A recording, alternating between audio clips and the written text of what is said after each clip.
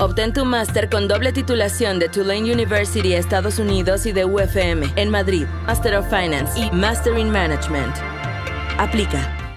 Si buscas una formación de excelencia en finanzas o management, no puedes dejar de explorar los másteres de la Universidad Francisco Marroquín, la Casa de la Libertad. Este es un entorno académico único, con docentes de renombre que respeto mucho, como Juan Ramón Rayo y Gustavo Martínez. Además, sus programas ofrecen una doble titulación con Tulane University y la Universidad Francisco Marroquín, lo que aporta un gran valor internacional a tu carrera. En particular, el Master of Finance destaca por estar afiliado al prestigioso programa CFA, un sello de calidad reconocido en todo el mundo. Escanea el código QR para obtener más información. Te aseguro que vale la pena conocer todo lo que ofrecen.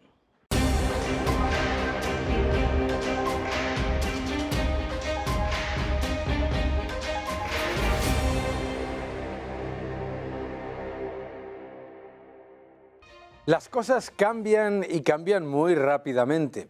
La victoria de Donald Trump ha supuesto un revulsivo para todo el mundo financiero.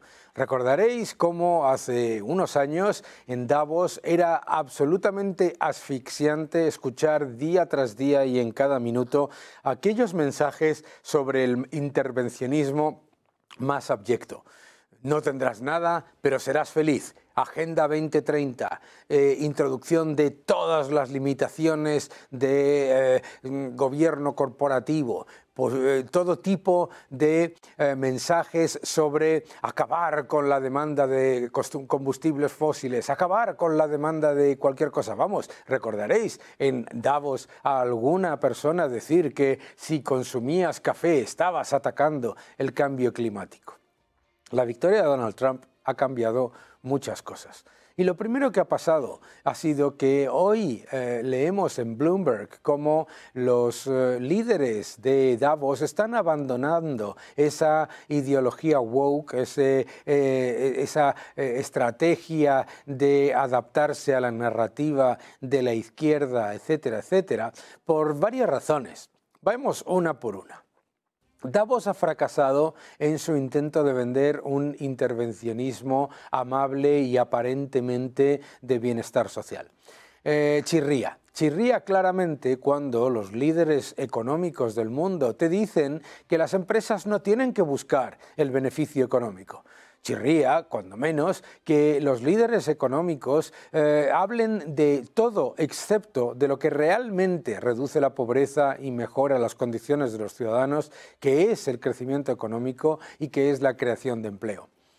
Las empresas, los grandes expertos que se presentaban en aquellas reuniones de Davos parecían haber olvidado qué es lo que genera progreso.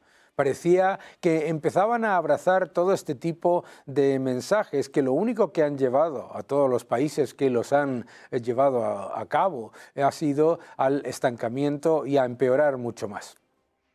Tras unos años en el que esas fallidas recetas nos han dejado inflación, empeoramiento de la situación en términos reales de los salarios y de la renta disponible de los ciudadanos, nos han dejado una economía que crece de manera muy lenta y además en la que el sector industrial está destruido, los líderes de Davos se han dado cuenta de que esto no funciona.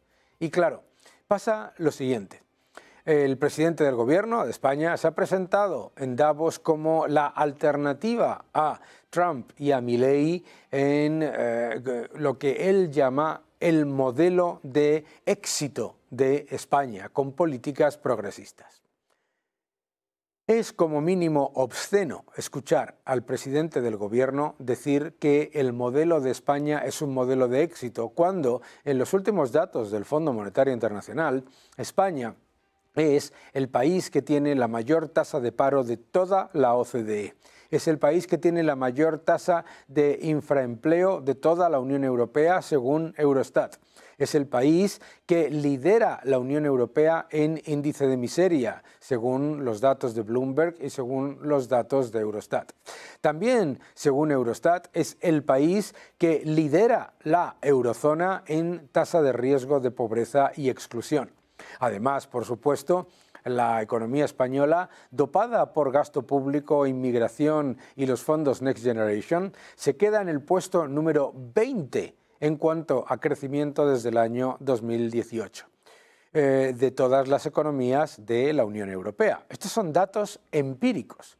Adicionalmente, la economía española, tirando del mayor estímulo fiscal y monetario de la historia, además de los fondos Next Generation, cierra el año 2024 siendo una de las más endeudadas del mundo, con un 104,4% de deuda sobre PIB, pero con una deuda total de las administraciones públicas de 2,11 billones de euros, es decir, un 135% de deuda sobre PIB. Por lo tanto, lo que nos damos cuenta es que la idea de intentar presentar a España como el modelo de éxito ante el avance de las ideas de la libertad es literalmente una broma pesada. Davos ha sido el principal promotor de todas estas ideas que ahora están llevando a economías como Canadá, como Reino Unido, como Alemania, como Francia, al estancamiento. En Davos se han promovido todas estas ideas del wokismo, de la mal llamada inversión sostenible, que en realidad lo que ha dejado también ha sido una infrainversión en minería, que ha dejado también a las economías desarrolladas muy por detrás de su capacidad en cuanto a competitividad y a industrialización. En realidad, si lo pensamos, todo lo que ha ocurrido en los últimos 7, 8 años en particular ha sido un desastroso experimento de intervencionismo totalitario, en el que se nos intentaba vender que un grupo de supuestos expertos sabían exactamente qué era lo que tenía que hacer la economía y que teníamos que entregar nuestra libertad y nuestra capacidad de decisión a esos líderes para conseguir una especie de nirvana de crecimiento sostenible. La realidad es que la mejor manera de conseguir el crecimiento sostenible es dejar que la tecnología, dejar que la competencia y dejar que la innovación funcionen. La llegada de Donald Trump no es un revulsivo ni una novedad, es la respuesta a un intervencionismo que no ha funcionado. Es la respuesta a una posición por parte de muchos líderes económicos que olvidaba de dónde viene el progreso. Donald Trump no viene a acabar con la sostenibilidad, ni con la inversión en renovables, ni con nada de lo que atrae también mejoras en el sector productivo. Todo lo contrario. Lo que viene es a traer cordura al sistema económico mundial. No es una sorpresa, por lo tanto, que en Davos, de repente, nos encontremos que los líderes económicos han cambiado completamente, 180 grados su posición, y ahora están abandonando los postulados del intervencionismo y de la constante intromisión en las decisiones empresariales por las ideas de la libertad. Sea bienvenido, sea bienvenido. ¿Cuándo nos estaban mintiendo?, preguntaba Bloomberg el lunes, día 20. ¿Cuándo nos estaban mintiendo esos líderes? Nos mentían cuando decían que había que abandonar los beneficios empresariales y abandonar la visión tradicional de lo que es el progreso, ¿o nos están mintiendo ahora? La verdad es que no me importa. A mí no me importa. A mí lo que me importa de verdad es que las ideas de la libertad avanzan y que ese intervencionismo abyecto que nos ha intentado vender que el progreso es empobrecernos, que lo social es empeorar la posición de nuestras industrias, nuestra agricultura y nuestra ganadería, está en retirada. Pero no te olvides, ese intervencionismo no se ha ido, ese intervencionismo no ha acabado. No se ha acabado con el wokismo y con el intervencionismo estatista. Todo lo contrario. Está ahora mismo retirado a los cuarteles de invierno. Está retirado, pero con la intención de volver y de volver con más agresividad. No olvides que ese intervencionismo se volvió de manera mucho más radical contra los ciudadanos justo en el año 2021, cuando llegó el presidente Joe Biden a la presidencia de Estados Unidos. Es decir, se mantuvo relativamente callado hasta que en Estados Unidos cambió el viento electoral. Por lo tanto, aprovechemos estos años para continuar dando la batalla cultural. Davos no es más que un foro de debate económico, pero el Davos de no tendrás nada y serás feliz, el Davos de nosotros te tenemos que decir qué es lo que tienes que consumir, cuándo y cómo, ese sí ha muerto. Menos mal.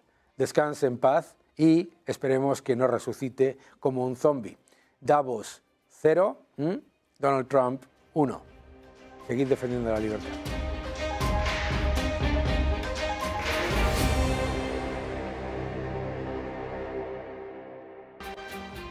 La toma de posesión de Donald Trump claramente ha generado ríos de tinta porque ha sido no solamente una victoria clamorosa por parte del ahora ya nuevo presidente de Estados Unidos, sino también por el efecto mediático. Probablemente una de las tomas de posesión más mediáticas y más polémicas que hemos visto en mucho tiempo. Para hablar de todo ello, ¿quién mejor que nuestro buen amigo Antonio Camuñas, CEO de Global Strategies? ¿Cómo estás? Qué gusto que estés con nosotros. Pocas personas que conozcan mejor Estados Unidos que tú. Y me gustaría que nos contases un poco cómo ves tú esta toma de posesión, qué es lo que crees que ha cambiado y cómo ves a esta administración Trump 2.0 con respecto a la anterior. Bueno, pues de entrada decirte que yo la primera vez que estoy ya en Estados Unidos y asisto a una toma de posesión fue la del segundo mandato de Reagan, con lo cual también fue una toma de posesión realizada en el interior del Capitolio. Sí. Por lo tanto, me trae una cierta nostalgia de una cosa que es excepcional, también entonces fue por el frío, sí, pero ahora se repite, pues algo que le va a dotar todavía de más singularidad. Sí. La presidencia de Trump yo creo que tiene y ha generado enormes expectativas y hay que estar expectante, sin duda, pero yo dentro de todo lo veo con un enfoque muy optimista, sí, y muy esperanzador. A mí todo lo que signifique levantar el yugo sobre la ciudadanía, sobre las empresas, en términos fiscales, en términos de regulación, a mí me parece que nos acercamos a algo parecido a lo que hemos disfrutado durante muchos años y hemos ido perdiendo en base a la asfixia constante que las burocracias y las élites no elegidas, tanto del continente europeo como del continente americano, han ido imponiendo al talento, a la capacidad de creatividad, a la capacidad de elegir de los ciudadanos. Entonces, a mí eso me parece extraordinario. Es decir, solamente con que pueda eliminarse la regulación, no digo ya en los términos que ha dicho Donald Trump, sino aunque sea la mitad de la mitad, ya estaríamos en otro escenario. Es decir, es que Estados Unidos además se abre a fronteras desconocidas, pero necesarias. Claro. Fronteras geográficas, espaciales del espacio. Sí, sí. Entonces, con toda una apuesta por la tecnología fundamental. Es decir, yo creo que hay elementos para estar expectantes, pero con un acento positivo y esperanzador. Sí. Y luego, bueno, pues las líneas generales de la administración están muy claras. Sí. Es decir, defender los intereses que protejan a Estados Unidos, a sus ciudadanos, y defender el bienestar de la ciudadanía americana. Esa primacía de los intereses americanos, pues yo creo que es la que aplican el resto de países. Y Estados Unidos quizá ha estado demasiado involucrado siempre en aspectos exteriores que le han hecho dejar de lado sus propios intereses nacionales. Vamos a ir punto por punto sobre esos temas, ¿no? El primero, digamos, probablemente menos mediático, que es el que tú has comentado de desregulación y también, tú has dicho el concepto de levantar la bota sobre los ciudadanos, porque ha habido todo un asalto a la libertad de expresión, a la forma de vivir de Estados Unidos, ¿no? En el que los ciudadanos en el trabajo no se atrevían a opinar, etcétera, etcétera. Sobre ese particular aspecto que hemos visto desde el año 2021, lo que se llamaba el avance exponencial del wokismo, ¿no? Espero que de triste memoria. ¿Qué es lo que crees que está cambiando? ¿Las empresas se están aprovechando de que Donald Trump ha ganado para cambiar también su forma de pensar y su forma de actuar? ¿O se han dado cuenta de aquello de go woke and go broke, ¿no? Arruínate, bueno, si te haces... Ha habido ejemplos muy evidentes en distintos sectores, es decir, el conocido como legacy media, ya sea en su vertiente de cadenas de televisión o de prensa escrita, ha experimentado un desplome de audiencias, de suscripciones importantísimo. Eso, qué duda cabe, que te obliga a repensarte tus core values, ¿no? Claro. Entonces yo creo que eso sin duda ha influido mucho. Disney es otro magnífico ejemplo, ¿no? De una plataforma de entretenimiento que ha optado por una serie de escenarios y de promover una serie de circunstancias que van contra el sentido común, que Blancanieves, cuya característica fundamental es que tenía la piel más blanca que la nieve, fuese representada por una chica monísima, pero de raza negra, pues es un atentado contra la obra original y que no se sabe a qué obedece más que a... Bueno, es que lo de Blancanieves que ya creo que ya lo han rodado 3 veces, del fracaso que ha sido antes de estrenarla, tenía... Los enanitos no eran enanitos, eran seres de luz binarios. Sí, es que bueno, todo eso... La mala... Como era mujer, no podía ser mala del todo. Claro. El príncipe era un acosador, una cosa tremenda. Claro, sí, como igual que la Bella Durmiente, ¿no? Que también tenía que quitar el... Bueno, pues todo eso ha sido, a mi juicio, un disparate y una pasada de frenada importante, porque el hombre rara vez sabe medir dónde está el término medio, el sentido común, ¿no? Y lo que se había perdido es el sentido común. La gente estaba muy harta, pero gente incluso muy liberal en términos americanos, muy izquierdistas, muy abiertos, muy progresistas, me decían que ya eso no, que no había que lo aguantara. Hombre, claro, si es que les ha venido el efecto boomerang. Mucha de la gente más socialdemócrata que yo conozco en Estados Unidos han promovido todas esas políticas y luego les ha venido el efecto boomerang. A mí me hicieron hacer un curso de privilegio blanco, para que flipes, ¿sabes? Sí, caray. Todavía estoy alucinando porque, claro, lo primero que dije es, yo como español, nacido en España, mi sangre tiene que tener árabe, judío, vikingo, aquí tiene que haber de todo. ¿De qué tengo yo privilegio blanco ni nada, no? Pero eso por un lado. Vamos por el lado, digamos, más tangible. Sí. Política económica y política exterior, porque política exterior también hay un cambio importante. ¿Cómo ves tú eso de cara a esta nueva administración? Bueno, en política exterior ha habido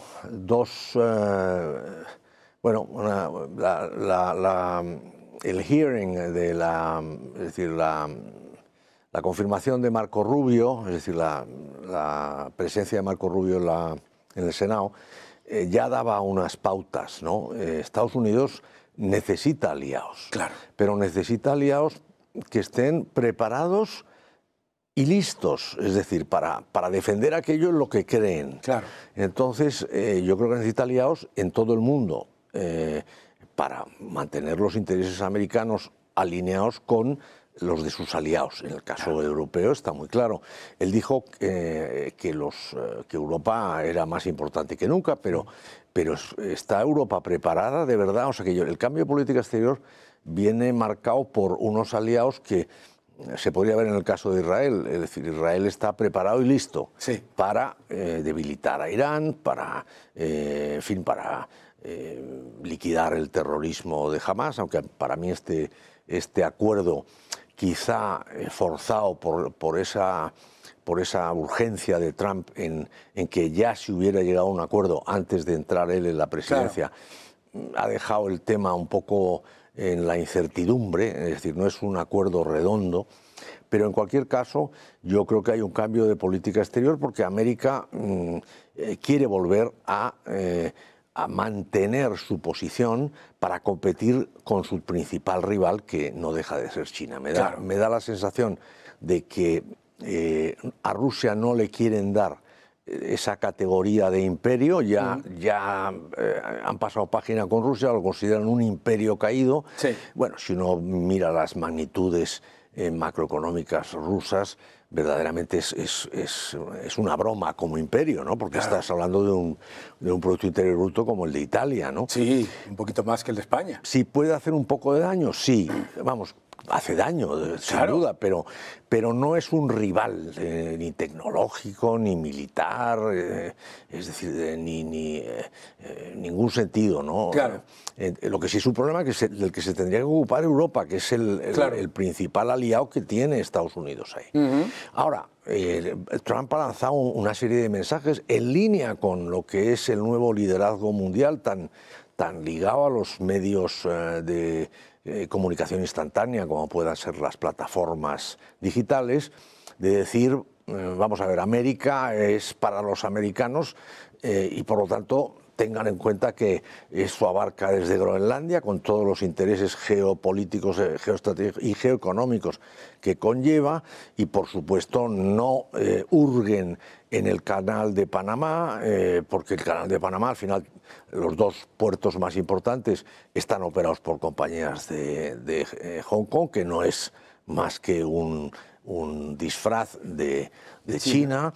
Hay toda una serie de componentes tecnológicos que ya identificó la administración Biden. Se estaban cambiando las grúas de los puertos por traer incorporada la tecnología china, que pueden hacer que se paralicen en remoto y desde luego le transmite a China toda la información de lo que está moviendo, a dónde se está moviendo. Es decir, hay una serie de retos importantes que vimos, entre otras cosas, en la pandemia y que Estados Unidos identificó. Es decir, las cadenas de suministro de medicamentos no pueden depender en tan altísimo grado de China en concreto, ¿no? Las cadenas de semiconductores, microchips, etcétera, etcétera, tampoco pueden depender. Es que te van a dejar, te pueden hacer un agujero muy serio. Entonces, América tiene que poner solución a eso, pero de entrada marca una pauta de que el hemisferio occidental es suyo, es decir, y ahí incluye a Europa, pero esencialmente de lo que es el norte de los Estados Unidos y, por supuesto, todo lo que viene por debajo, que tiene, a mi juicio, un componente muy importante ideológico para marcar la presidencia de Trump, que es el mensaje de tu buen amigo Javier Milei. Es decir, yo creo que la bandera de Javier Milei enarbolando claramente la libertad es la única que se ha levantado entre todos los elementos que podríamos decir reaccionan, o a las fuerzas políticas que han reaccionado al statu quo que vivimos. Entonces, eso yo creo que ha impregnado, es decir, la llamada de la libertad tiene un poder de tal naturaleza que, bueno, de entrada para convencer a los argentinos, después de tantísimos años de peronismo, a darle la confianza y ver los resultados que puede dar una política tan distinta como la de Javier Milei, yo creo que ha impregnado a la administración americana.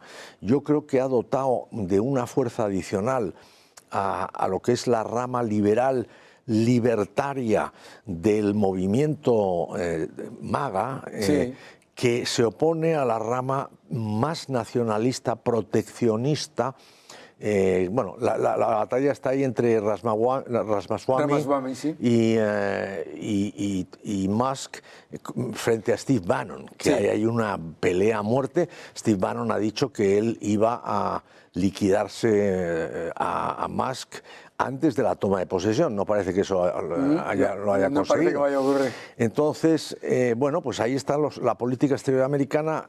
Hombre, tiene incógnitas porque la creación mental de esa esfera imperialista puede dar a entender que Rusia tiene su propia esfera de influencia y que China tiene la suya y por tanto no conviene entrometerse ahí. Pero bueno, yo creo que luego lo modulará con los tratados y las negociaciones que establezca con China, que a mi juicio dista mucho del panorama idílico o por lo menos próspero que nos está vendiendo. Claro. Es decir, ese crecimiento de las cifras chinas siempre hay que ponerlas en cuarentena, ¿no crees tú? Sí. Y ese 5% de crecimiento. En fin, yo no me acabo de creer, yo creo que China está mucho peor de lo que parece. Bueno, yo creo que los propios datos de China te lo demuestran, ¿verdad? O sea, si le quitas el factor del Producto Interior Bruto, el Producto Interior Bruto, lo sabemos los españoles muy bien, es relativamente fácil de dopar, Sí, sí. ¿vale?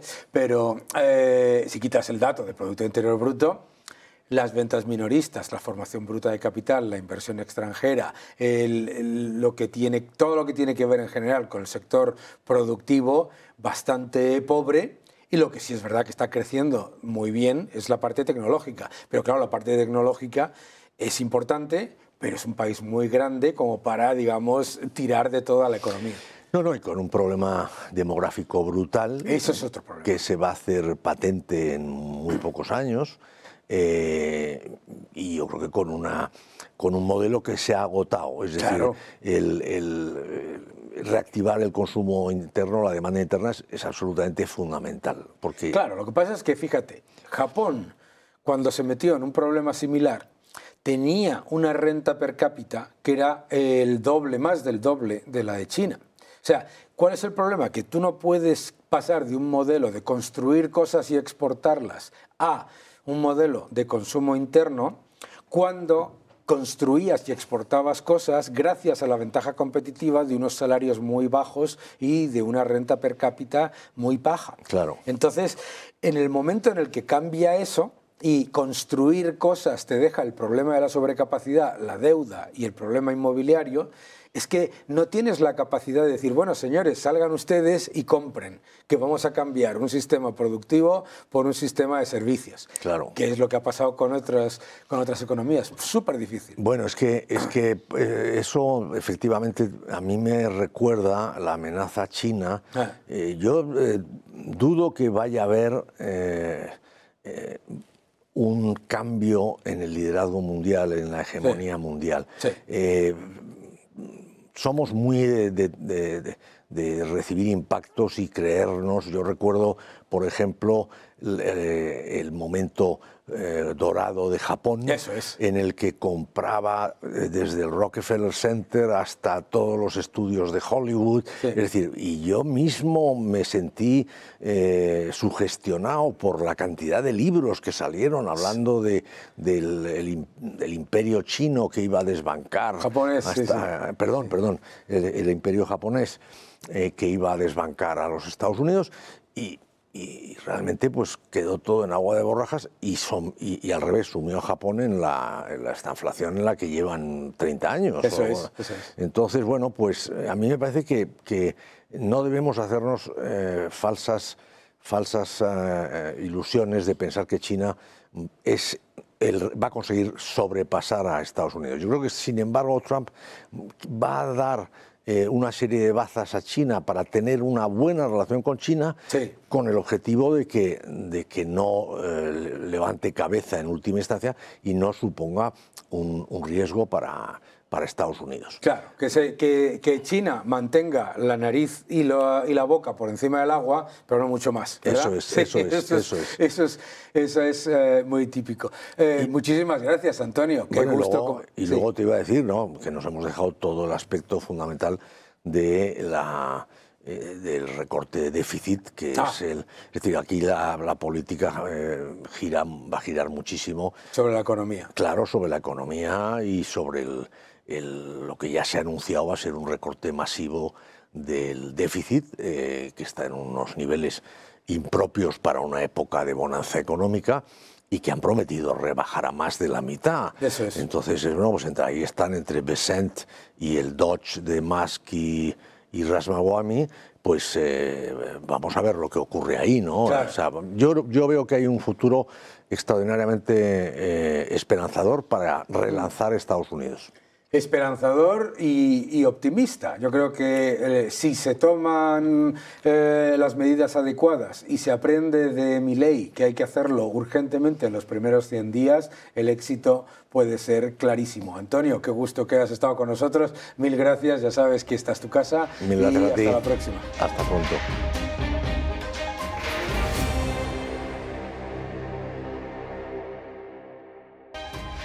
Estamos en este especial sobre la toma de posesión de Donald Trump y hemos hablado del fracaso de Davos en los últimos años, hemos hablado también de los retos a los que se enfrenta la administración Trump, y para hablar de uno de los factores fundamentales para entender la victoria de Donald Trump y del fracaso del Partido Demócrata, que es el fin del wokeismo, vamos a hablar con Mario Noya, director de Voz. ¿Cómo estás? Muy bien, Daniel. Bueno, qué gusto que estés aquí con nosotros para hablar, El gusto es mío. Para hablar de este tema tan peliagudo en Estados Unidos y tan polémico, Y sin embargo, parece como que, bueno, pues efectivamente ha habido un efecto boomerang con respecto a la mal llamada cultura woke, porque de cultura no tiene nada, la ideología woke, ¿no? Que para los que no lo sepan, si es que hay alguno ahí fuera que lo entienda, es utilizar las bueno, pues, supuestas políticas de justicia social y de lucha contra el racismo para introducir el racismo y la antijusticia social, la censura, la cancelación y el veto del discrepante, fundamentalmente, ¿no? Cuéntanos qué es lo que ha pasado y dónde estamos en ese sentido. Bueno, es el woke-talitarismo, ¿no? Sí. Que podemos decir también, ¿no? Hay que tener cuidado. Porque efectivamente ha habido un pendulazo, Sí. pero si no plantas cara y si te dejas, estos vuelven, ¿eh? Hay mucho dinero en medio, Claro que sí. hay muchísima gente con muchísima voluntad de imponerte tu agenda, y si no les paras y si no les ciega la hierba, te van a volver a estrangular, te van a volver a asfixiar.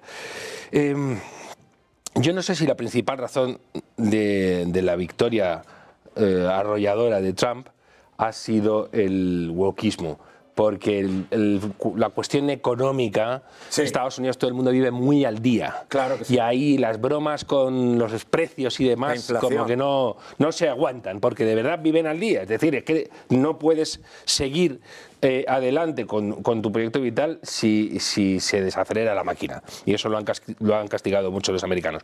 Pero sí que evidentemente ha habido un factor de hartazgo ante esta izquierda canalla, muy, muy totalitaria, con pretensiones de imposición, pese a que va vestida de otra cosa, ya que aparenta, es un totalitarismo que le haría infartar a Orwell, ¿no? Porque habla en nombre de todo lo contrario, ¿no? Es un totalitarismo blando, que dice Curro Contreras, mi admirado Curro Contreras.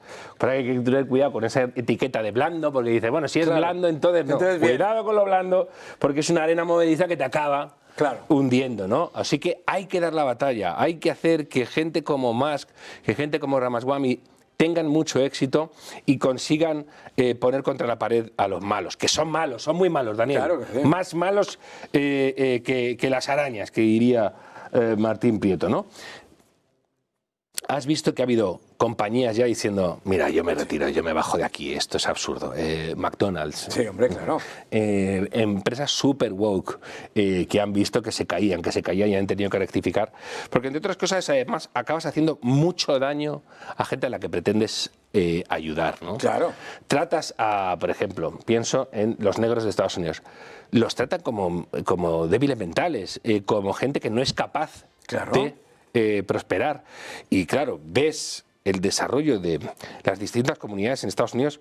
Pienso en los chinos, que las han pasado allí de colores. Claro. Pienso en los japoneses, que fueron internados en campos de concentración en plena Segunda Guerra Mundial.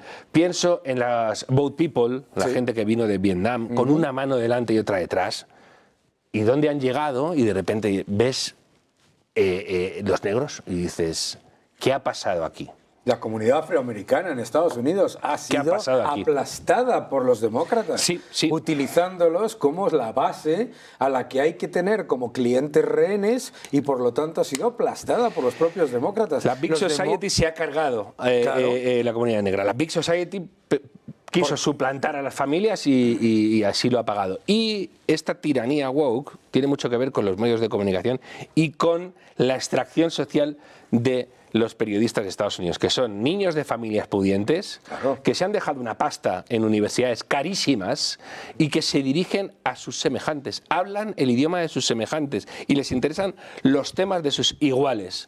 Y han despreciado olímpicamente al americano medio y al americano que incluso votaba a su partido, pero que ha visto que ha empezado su partido a hablarle por encima del hombro o a decir, oye, y antes de nada pide perdón, porque por existir yo, por ser blanco, por ser varón, por ser heterosexual, perdóname, ¿cómo? No, mira, voy a votar que te manden a tu casa, a ver si así aprendes, ¿no? Eso es una cosa que hace ya muchos años comentaban ya intelectuales de izquierda, que decían que la izquierda había pasado de defender los intereses de las clases medias y de las pequeñas empresas, los agricultores y los ganaderos, a defender los intereses de los multibillonarios, no los intereses de los ricos, sino de gente que tenía ideas así de ciencia ficción, de ingeniería social,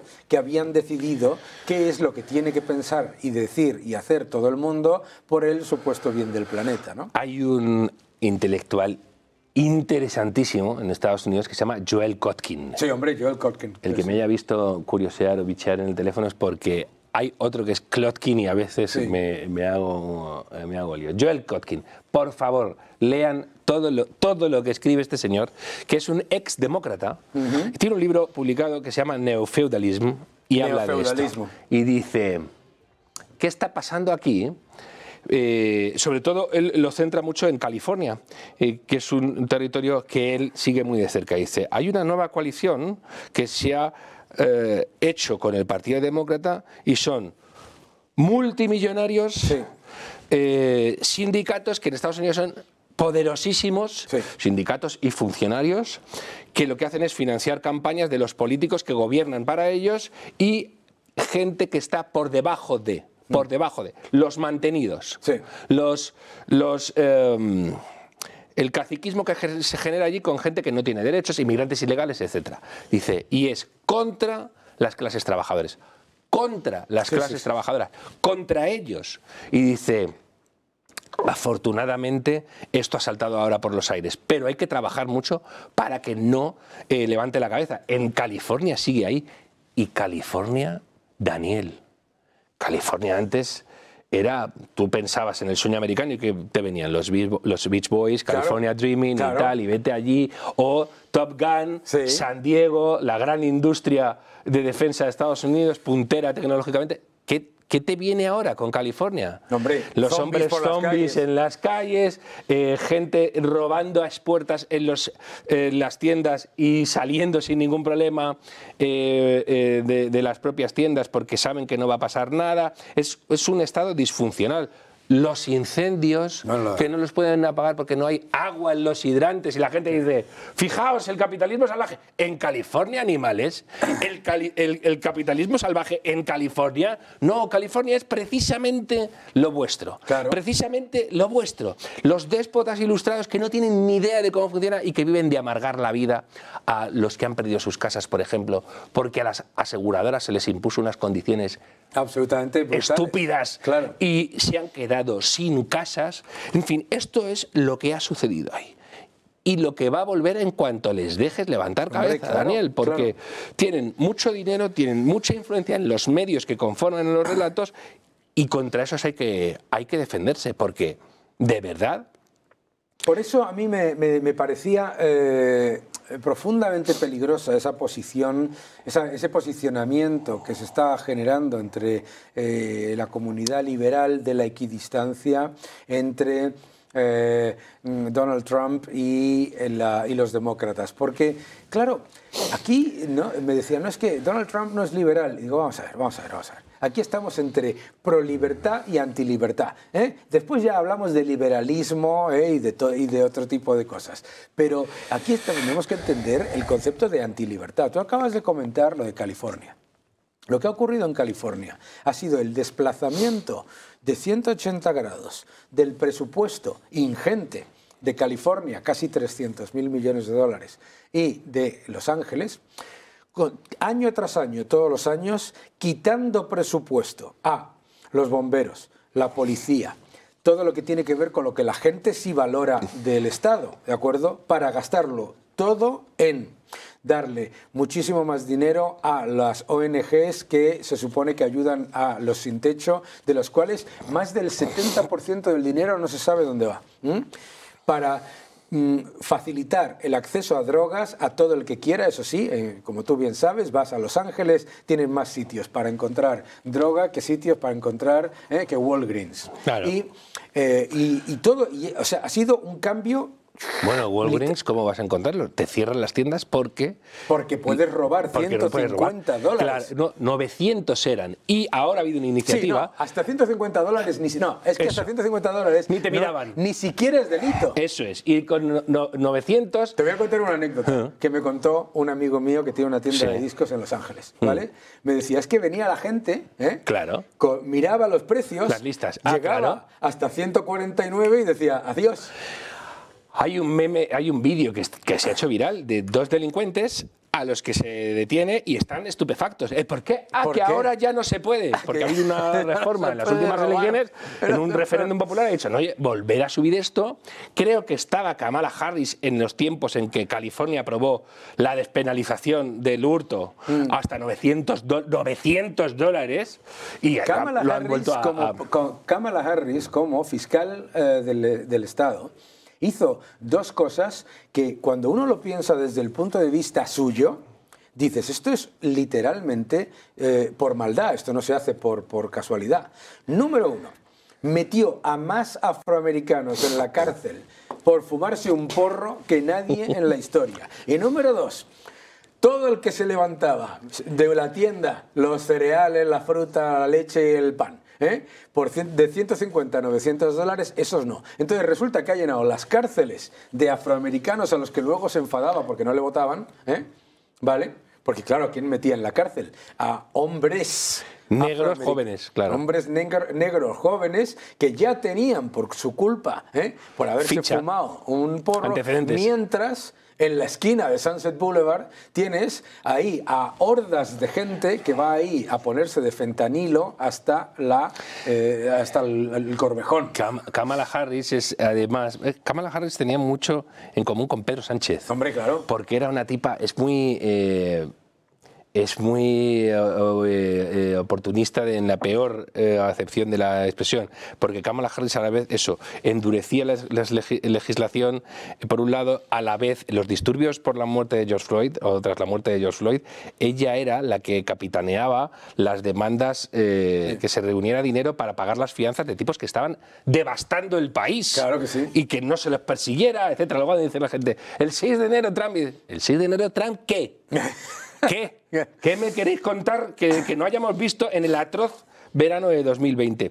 Mira, fíjate, con esto que has dicho al principio, Daniel, de los liberales que van mirando la matrícula a todo el mundo, y que además luego son campeones de la historia pasada, porque luego hacen homenajes a Ronald Reagan, a Margaret Thatcher. Me gustaría que la gente hiciera un repaso en las hemerotecas a cómo trataban a Ronald Reagan y a Margaret Thatcher, también algunos exquisitos. Y si sus partidos, el Partido Conservador Británico y el Partido Republicano, eran en aquel momento campeones del laissez-faire, por ejemplo. Que lo miren, a ver qué tal. Hay un texto, yo lo comentaba el otro día en voz, de Bret Stephens, que es uno de los periodistas o uno de los analistas conservadores más importantes de Estados Unidos, y en el New York Times publicó el otro día, en diciembre, un artículo que se llamaba Done with Never Trump. Este tipo se proclamó un Never Trumper, que es esa parte de la derecha que decía que jamás en su vida iba a facilitar que gobernara Donald Trump, que era un gañán y que era lo peor de lo peor, y de repente ha dicho, chicos, un momento, vamos a bajarnos de aquí. Claro. ¿Habéis visto lo que tenemos enfrente? Claro. Y luego, ¿habéis visto? Bueno, sí, Donald Trump puede ser lo que queráis desde el punto de vista personal, dice, pero en política exterior, ¿visteis cómo le fue? Claro. Mal del todo, no. Y en política económica, claro, antes de la pandemia, ¿cómo le fue? Claro. Mal del todo, no. Dice, chicos, vamos a dar un paso hacia atrás y replanteémonos, vamos a darle un voto de confianza a su nueva administración, que viene con perfiles muy interesantes, y luego ya habrá ocasión de, si queremos, hacer crítica. Pero a la hora de hacer crítica también, usemos el mismo baremo para los demócratas y para los republicanos, para los republicanos anti-Trump y para los republicanos pro-Trump, para los disturbios del 6 de enero y para los del verano de 2020. Y cuando hagamos eso nos va a ir mejor como país. Sí. Ojo, porque la sociedad está en eso también. Sí. Donald Trump llegó a la Casa Blanca con índices de popularidad negativos en 2016. Ahora los tiene muy positivos. La gente está otra cosa de verdad, como diciendo, chicos, que es que esto lo han hecho muy mal. Claro. Hay que corregir. Sí. Avancemos por ahí. Ha habido demócratas muy significados, el gobernador de Pensilvania y tal, como diciendo, se han vuelto locos los míos, y una de dos, o me abrazo a su locura y entonces esto se acaba, o no se va. El propio Partido Republicano fue muy anti-Trump y ha visto que no, que hay que mirar, y además hay circunstancias que no se han tenido suficientemente en cuenta en anteriores momentos liberales. Ramaswamy también lo dice en su último libro, dice, los liberales en cuestiones de libre comercio, inmigración, seguridad, etcétera, han tenido planteamientos muy interesantes, pero luego no lo han cotejado con la realidad. A ver qué pasa, claro. Que veamos, analicemos, a ver si hay que corregir alguna cosa, claro. Que la otra, que están los chinos ahí. Claro. Trump ha dicho... Hay un libro maravilloso ahí que se llama No Trade is Free Trade. Claro, que muy bueno, eso buenísimo libro que deberías leer todo el mundo. Es muy bueno. Mario, qué gusto que hayas venido a charlar con nosotros. Ya sabes que estás en tu casa, ¿eh? Así que vuelve cuando me invites, Daniel. Muchas gracias. Un fuerte abrazo y a todos vosotros nos vemos en una segunda.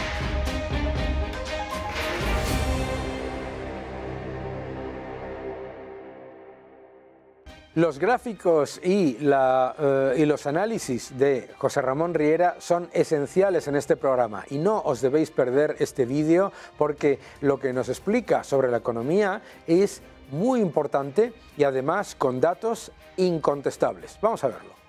Muy buenas, Daniel. Hoy para Money and Markets traigo un tema que creo que es de total actualidad porque son la situación de las pensiones contributivas. Y hoy quiero analizarlo para tu programa desde el punto de vista de las comunidades autónomas. Vamos a ver, en estos momentos solo hay 2 comunidades autónomas que podrían pagar el 100% de las pensiones contributivas, que son la Comunidad de Madrid y la Comunidad Autónoma de las Islas Baleares. El resto de las comunidades están en déficit. Pero bueno, hay unas variaciones de déficit tremendas.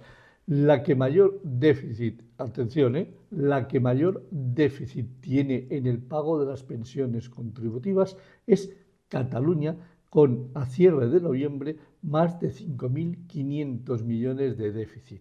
¿Qué está pasando? Muy sencillo. Por primera vez en mucho tiempo, las cotizaciones sociales de la Comunidad de Madrid a cierre de noviembre son superiores en ingresos a las cotizaciones que hay en la comunidad catalana. La Comunidad de Madrid ha recaudado exactamente 21.880 millones de euros en cotizaciones sociales, mientras que Cataluña ha recaudado 21.564 millones, que la lleva a ese déficit. Recordemos, Madrid tiene 6.750.000 habitantes y Cataluña más de 7,5 millones. Es decir, con una población superior en 750.000 habitantes, en estos momentos la Comunidad de Madrid ingresa más por cotizaciones sociales que Cataluña, lo cual demuestra clarísimamente el declive que está teniendo esa región, y más desde en los dos últimos decenios, desde el momento en que empezaron a llevar esa deriva independentista. Y desde luego en los últimos años el tema es muy, muy serio para el tema catalán, y más todavía si consiguen llevarse la agencia tributaria.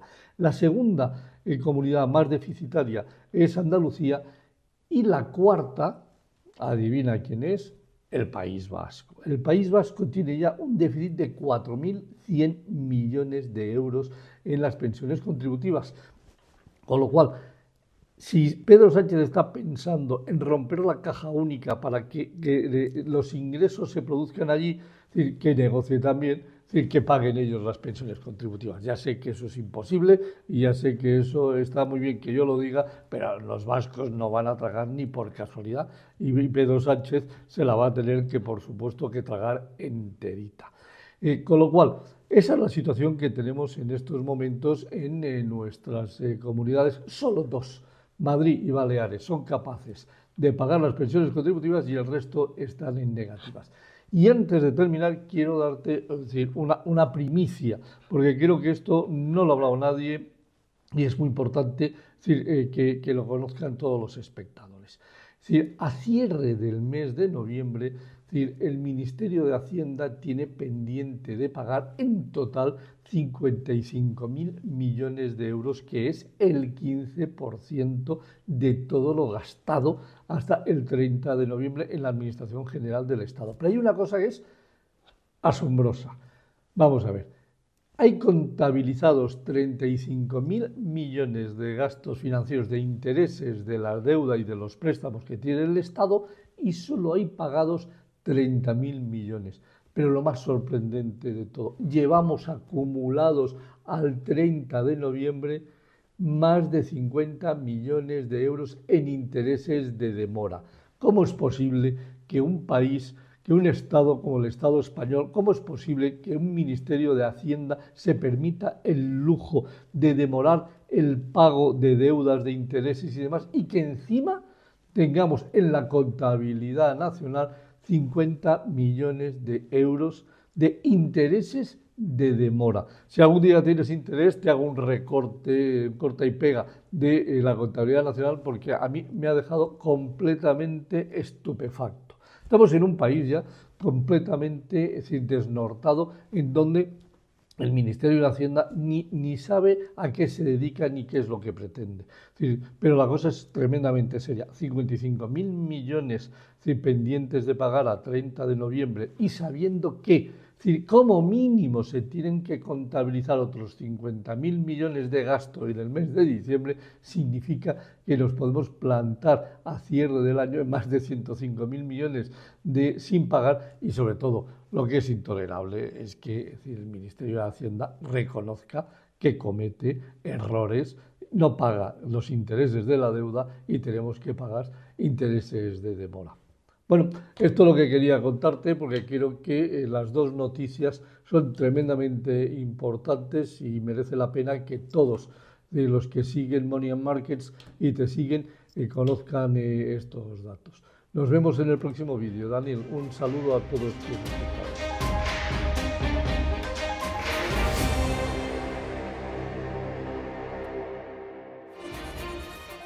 Llega la segunda administración de Trump y hay enormes retos en la economía norteamericana que debe acometer en los 100 primeros días. Vamos a ir punto por punto con nuestros gráficos de la semana. El primero y el más evidente es el desastre fiscal que ha dejado la administración Biden. En este gráfico podéis ver cómo el déficit es completamente alocado. No solamente es completamente alocado, sino además eso en un periodo de crecimiento y en el que no hay ni recesión ni guerra. Como dice el propio futuro secretario de Estado de Estados Unidos, Scott Bessent, nunca en la historia de Estados Unidos una administración ha dejado un agujero fiscal de tal calibre. Vamos al siguiente gráfico, que nos mantiene sobre ese mismo elemento. ¿Y de dónde viene ese gigantesco déficit? De la locura de gasto que ha llevado a cabo la administración Biden. Biden, muy parecido a Sánchez, como todos sabéis, decidió que lo que tenía que hacer era gastar mucho, un gasto público desbocado. ¿Para qué? Para disfrazar el Producto Interior Bruto y vía empleo público dopar el empleo y así presentar unas cifras aparentemente positivas. Bien, 6,7 billones europeos de dólares de gasto público. Una locura, 2 billones más que en el periodo previo a la pandemia. Ese enorme nivel de gasto con unos ingresos récord ha generado ese gigantesco déficit. Vamos al siguiente gráfico. El problema de Estados Unidos efectivamente es un problema de gasto, no de ingresos. Lo ha dicho el propio Scott Bessent. Qué maravilla escuchar a alguien decir Estados Unidos no tiene un problema de ingresos, tiene un problema de gastos. Aquí lo podéis ver. No solamente es importante reducir el déficit urgentemente, sino que es que además el gasto por intereses de la deuda ya se come prácticamente $1 billón en el presupuesto. Es una absoluta locura, una locura que no se debe permitir porque lo que lleva es a una crisis fiscal de los Estados Unidos y además a la incapacidad de acudir al espacio fiscal en caso de que haya una recesión o de que haya una crisis a nivel global. Vamos al siguiente gráfico, que nos dice también otro elemento importante. La economía norteamericana efectivamente crece y crece muy por encima de lo que es la zona euro y del Reino Unido. Eso es obviamente porque la economía norteamericana es mucho más dinámica. Pero claro, si veis también la tendencia de crecimiento está muy por debajo de donde debería estar. Es decir, la economía norteamericana tiene potencial para crecer por encima del 3,5%. Es que ha sido asfixiada y además de asfixiado el sector privado, es que una gran parte de ese Producto Interior Bruto ha venido de gasto público. Por lo tanto, transferir crecimiento vía gasto público a crecimiento vía sector privado es uno de los elementos esenciales de la administración Trump en su segundo mandato. Vamos al siguiente gráfico, que nos explica el gran problema para los norteamericanos de la economía. Muchos que nos escriben nos dicen, oye, pero es que no puedo entender por qué los norteamericanos están tan descontentos con la economía. Inflación, mis queridos amigos. La inflación, el impuesto de los pobres, no solamente no está controlada, sino que, como podéis ver ahí en el índice de inflación, está a máximos y la han disparado entre el año 2021 y el año 2024. Estamos hablando de una inflación acumulada de más del 24%. Eso hace que los ciudadanos norteamericanos pierdan poder adquisitivo y por lo tanto no vean la economía con el tinte rosado que lo intentaba vender la administración Biden. Vamos al siguiente gráfico. Aquí lo podéis ver con más detalle. La inflación, además la subyacente, no solamente no se ha reducido, sino que está a máximos también históricos. Y esto es un grave problema porque la inflación subyacente, que es la que nos dicen que es la menos volátil, debería estar reduciéndose y haciéndolo de manera muy rápida. Y sin embargo la tendencia es negativa. Vamos al siguiente gráfico que nos lleva por ese mismo entorno. Fijaos lo que hemos visto. Hemos visto un enorme gasto público, un déficit desbocado, una política fiscal equivocada y un crecimiento que está por debajo de su potencial en el que los ciudadanos están perdiendo poder adquisitivo. Aquí lo veis. La pérdida de poder adquisitivo en los salarios en Estados Unidos ha sido brutal. Como podéis ver, a nivel anualizado, estamos hablando de una caída de entre el 2 y el 5%. Brutal, ¿no? Bien, pues esta evidencia también nos refleja por qué los ciudadanos han elegido a Donald Trump para que acabe con esta sangría. Vamos a ver el siguiente gráfico, que además nos muestra otro de los factores esenciales de la política de Donald Trump, la política energética. Estados Unidos es líder en tecnología, produce 14 millones de barriles al día, es decir, el país que más petróleo produce del mundo, y el objetivo es que siga liderando en energía. Aquí veis las proyecciones. Se llegaría alrededor de los 18 millones de barriles al día para el año 2030. Estas proyecciones son extremadamente conservadoras porque el dato para el año 2025 ya se ha superado. Interesante, ¿verdad? ¿Por qué es importante esto? Mayor producción energética, no solamente en petróleo y gas, nuclear, renovables, etcétera. Liderazgo energético añadido al liderazgo tecnológico y al liderazgo económico. Esos son los tres elementos del triángulo de la política económica de Donald Trump. Vamos al siguiente gráfico, que nos muestra el factor que yo creo que es esencial para la nueva administración. Poco se ha hablado sobre el hecho de que en el programa de Donald Trump uno de los elementos esenciales era mantener el dólar como la moneda de reserva del mundo. Scott Bessent, el futuro secretario de Estado del Tesoro, también lo ha dicho claramente. El dólar se está fortaleciendo con respecto a otras monedas, pero hay que continuar trabajando para que la demanda global de dólares continúe siendo más alta y se demuestre por el ejemplo de las prioridades y de la buena valoración de esa moneda, que es la moneda más demandada. No es una sorpresa, por lo tanto, que Scott Bessent sea un gran defensor de las criptomonedas. ¿Por qué? Porque sabe que un líder, el dólar, no teme a la competencia, la defiende. Seguid defendiendo la libertad.